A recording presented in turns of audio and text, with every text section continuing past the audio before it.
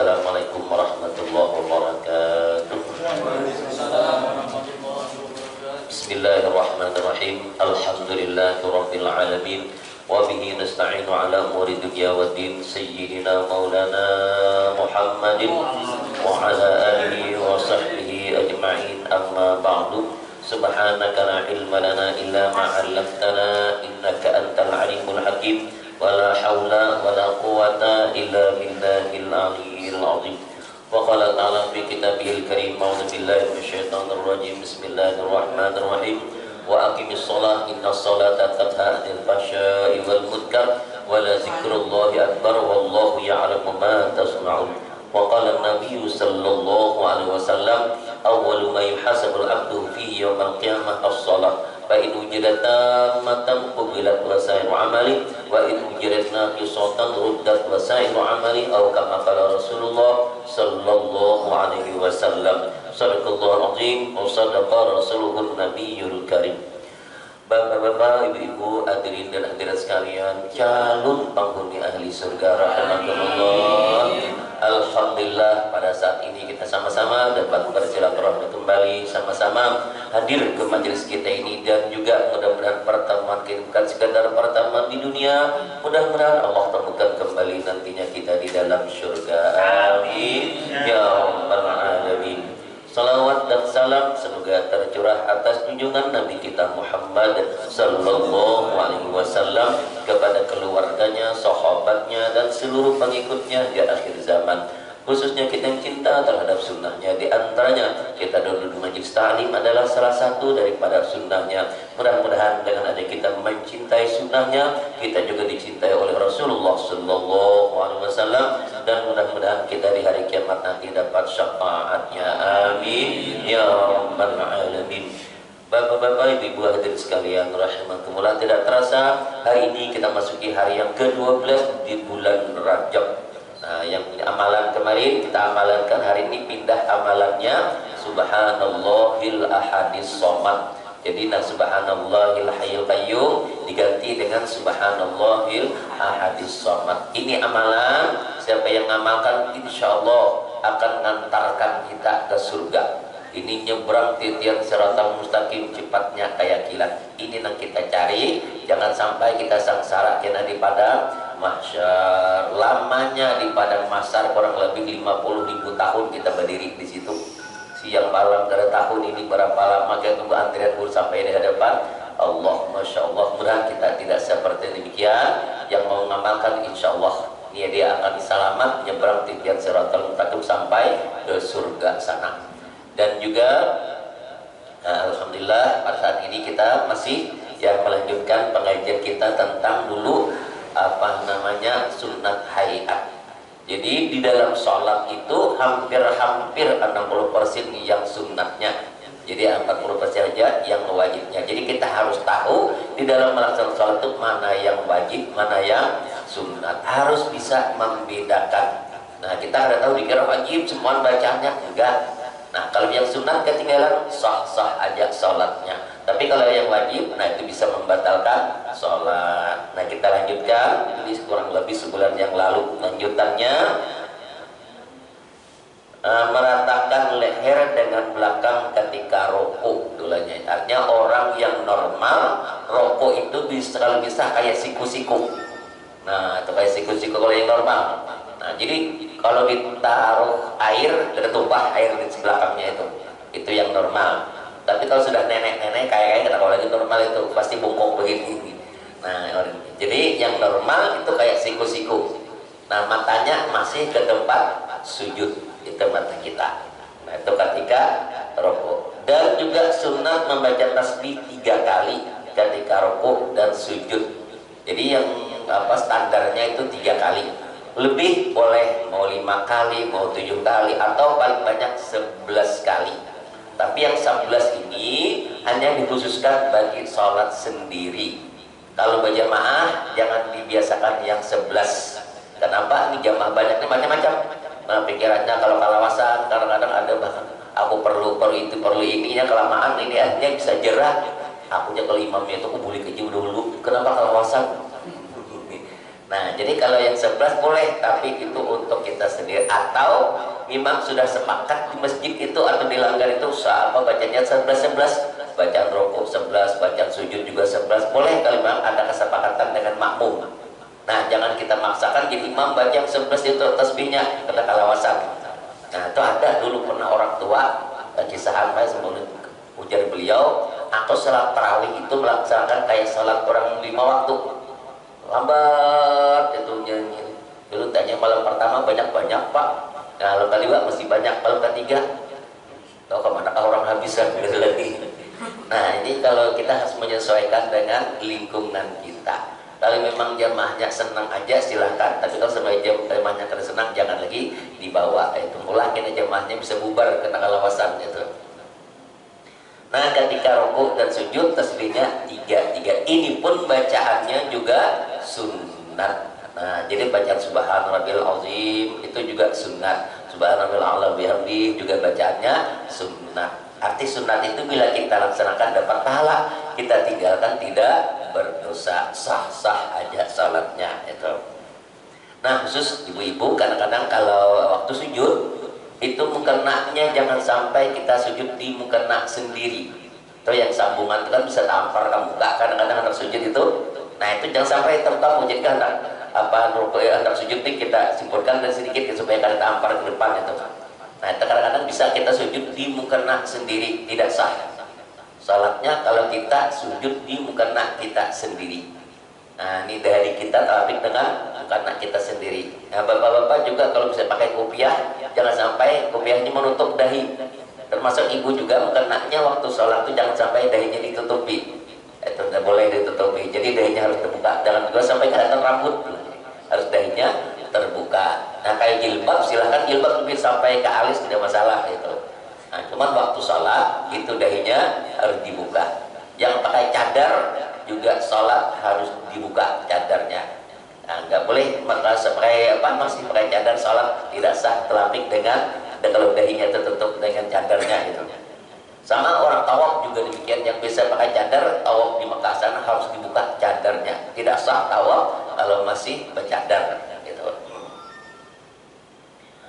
Kemudian lagi membaca tasbih sampai 11 kali dalam rukuk, sujud apabila sembahyang sendirian sudah tadi. Kemudian yang berikut lagi meletakkan 2 lutut terpisah sekadar sejengkal ketika sujud. Hanya lutut kita jangan terlalu ranggang, jangan terlalu rapat juga. Kemudian meletakkan 2 telapak tangan, kemudian 2 dahi dan hidung, itu juga sunnah. Jadi meletakkan dahi dan hidung waktu sujud. Nah, kalau dahinya itu wajib, hidung yang sunat. Nah, kalau dahinya wajib, hidungnya yang sunat. Jadi kalau hidung sunat aja, enggak diwajibkan.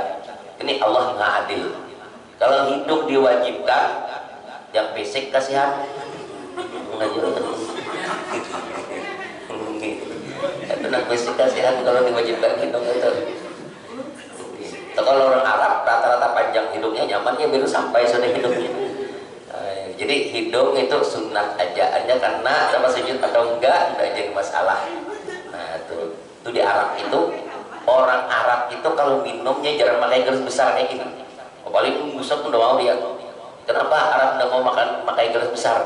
Karena hidungnya panjang-panjang, biji besar masuk ke dalam hidung gelasnya. Hidungnya masuk ke dalam gelas gitu. Arab tuh bilang gila, pertama gelasnya kecil aja juga udah mau besar itu. Masuk ke hidung gelas, masuk ke dalam gelas gitu. Nah, ini ya hidung sunat. Meletakkan 2 telapak tangan berbetulan bahu. Nah, jadi waktu sujud tangan itu berbetulan bahu kita. Kalau ibu-ibu memang biasanya agak menjauh sekedar bapak. Nah, itu jauh kalau laki-laki rata-rata kita sujud itu betul-betul dengan bahu kita. Jangan juga ibu terlalu rapat sampai ini dahi kadang-kadang tempat sujud. Itu ada yang gitu kadang-kadang. Nah, itu dahinya jangan sampai ke tempat sujud gitu. Meletakkan 2 telapak tangan berbetulan bahu. Nah, itu jangan sampai ada jurang yang menuju ke muka, itu benar. Jangan sampai juga waktu sujud dahinya sampai ke tempat sujud gitu. Merapatkan anak jari, ujung jari menuju arah kiblat. kiblatnya jari-jari kita juga kalau bisa arahnya itu ke kiblat, jangan membuka gitu. Termasuk berdiri, itu berdiri juga kalau bisa, kalau biar ada sakit, luruskan juga telapak kaki itu ke arah kiblat waktu berdiri. Kan kadang kita sering karena gitu kaki, nah tempat gini. Jadi kalau bisa jarinya ini juga arah kiblat waktu berdiri itu.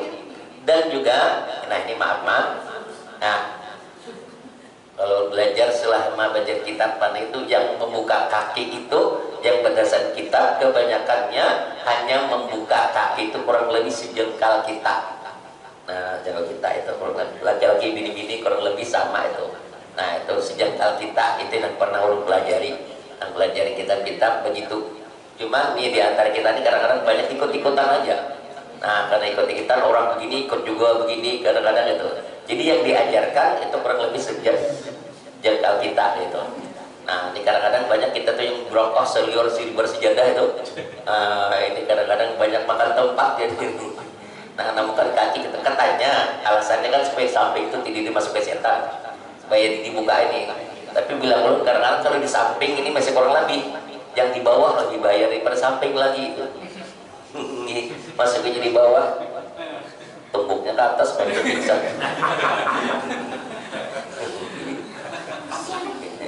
Lebih bahaya pada samping.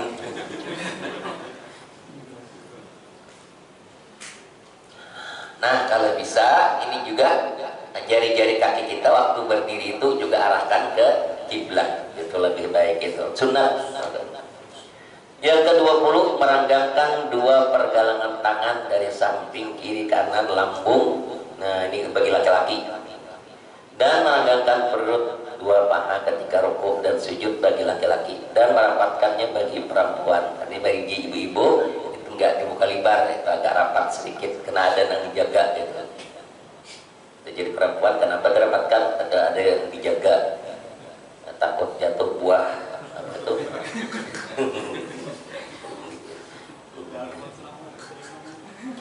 21. Nah, mendirikan dua telapak kaki ketika sujud sunat juga itu. Waktu sujud jari-jari kaki kita didirikan sunat. Artinya nggak wajib penyungkal sakitnya lurus begini, tidak apa-apa, boleh dulu aja. Cuma sunat kita dirikan waktu sujud jari-jari kaki kita itu sunat didirikan.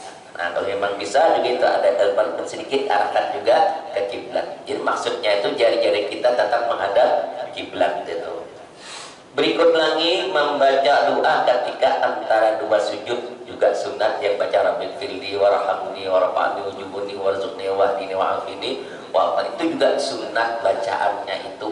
Artinya kalau kita kadang baca kada hafal baca itu, sahkah salatnya? Sah. Hanya dapat gini aja Rabbil firli warhamni aja. Nah hanya kada hafal lagi sah. Itu biasanya kayak salat tarawih itu kadang-kadang kebut-kebutan. Bisa aja kita Rabbil firli warhamni aja tuh. Imamnya cepat benar, Allahu Akbar. Semoga Allahu Akbar, ini berpikir dah gitu. Boleh tanya dua kalimat aja dalam pilih orangnya, ayo boleh. Nah apalagi imamnya cepat, tanggungan imam. Tujuh kayak Fatihah. Fatihah kita belum selesai karena imamnya cepat baca qul Allah senapas. Bismillahirrahmanirrahim. Qul huwallahu samad lam yalid walam yulad walam yakul lahu kufuwan ahad. Allahu Akbar. Kita baru iya karena wudhunya sudah Allahu Akbar. Imamnya cepat dan ngebut itu, nah nggak usah kita paksakan menyelesaikan surah Fatihahnya.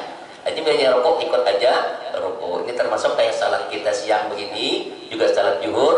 Kalau kita belum selesai membaca ayat, imamnya sudah rukuk, putuskan aja ayatnya. Nggak usah kita selesaikan ayatnya. Umpamanya kita membaca ayat, umpamanya kuliah ya kafirun lamma ta'budu wa la antum. Sudah imam Allahu Akbar, dah putuskan aja ayatnya. Nggak usah kita menyelesaikan surah itu. Nah kalau kita menyelesaikan surah sampai imam dua gerakan meninggalkan kita, batal pahala jamaah kita. Ini kita umpamanya baca ayat tadi lambat, baca imam Allahu Akbar, kita masih baca iya kamu apa wala anamidum wala antum sami Allah, kita mesti aja baca ayat selesaikan dua gerakan rukuk dan sujud, kita masih baca ayat, putus pahala berjamaah kita. Jadi bagi orang yang mengerti, kalau imamnya rukuk sudah kita ikut aja rukuk, jangan memaksakan menyelesaikan membaca ayat itu.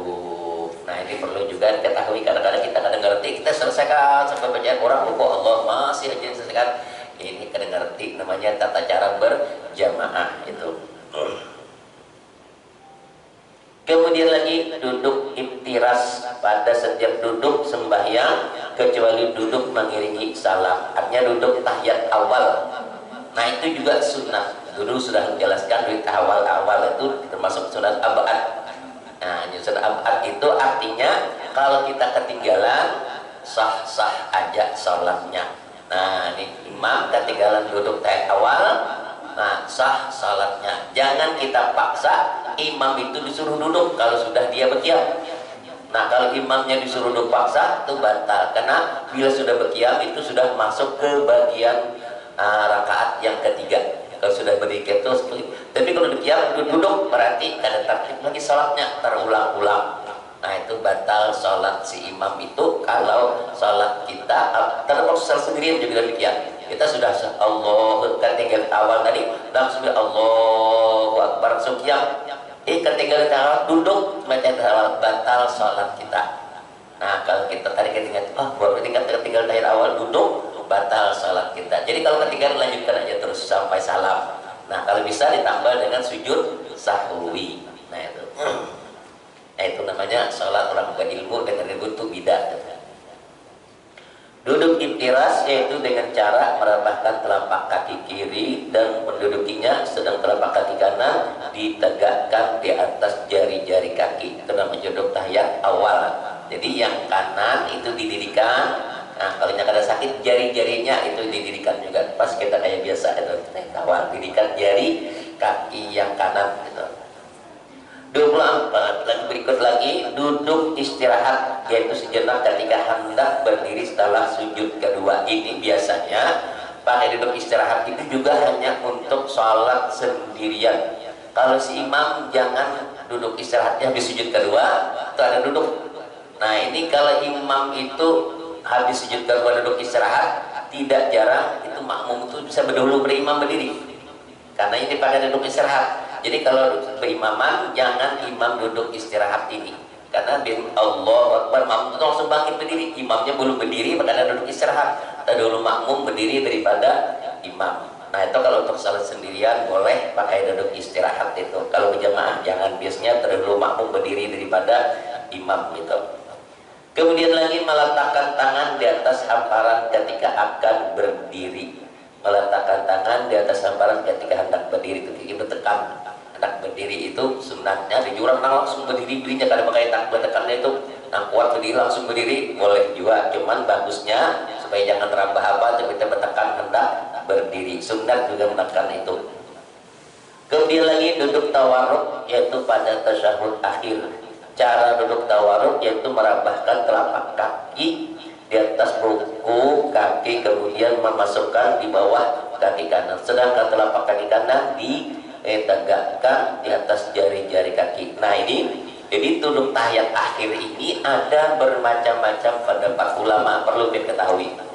Ada yang mewajibkan duduk tahiyat akhir itu, ada juga tidak mewajibkan, hanya terserah mau duduk kayak tahiyat awal boleh, duduk kayak tahiyat akhir juga boleh. Untuk apa ini? Alasannya pertama bagi yang masbuk.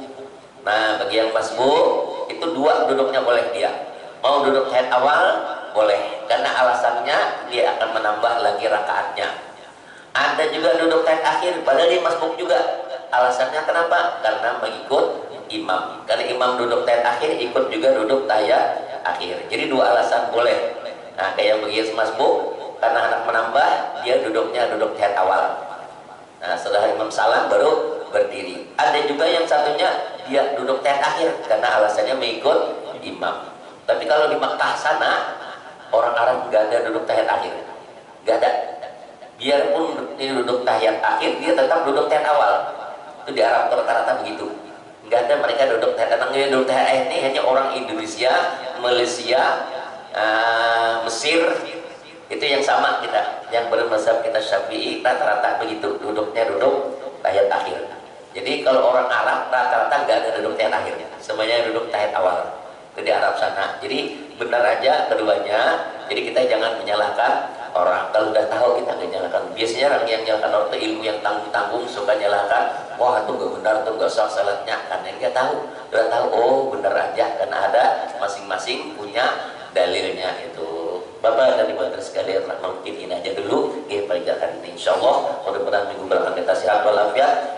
bertemu dan kembali kita dengan doa. Mudah-mudahan barokah kita sama-sama duduk di majlis ini. Allah SWT mengampuni segala dosa dan kesalahan kita, khususnya dosa kedua orang tua kita, juga guru-guru kita dan keluarga-keluarga yang telah mendahului kita.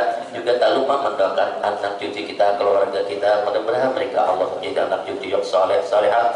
Allah jadikan keluarga kita keluarga yang bahagia, yang sakinah mawaddah warahmah, dan juga mudah-mudahan Allah akhiri umur kita nantinya mati beriman husnul khotimah, dan juga mudah-mudahan Allah kumpulkan kembali kita berjalan dalam surga. Amin ya rabbal alamin. Walhamdulillahi rabbil alamin. Sama-sama baca doa kafaratul majlis. Subhanakallahumma wa bihamdika asyhadu an la ilaha illa anta astaghfiruka wa atubu ilaik. Assalamualaikum warahmatullahi wabarakatuh.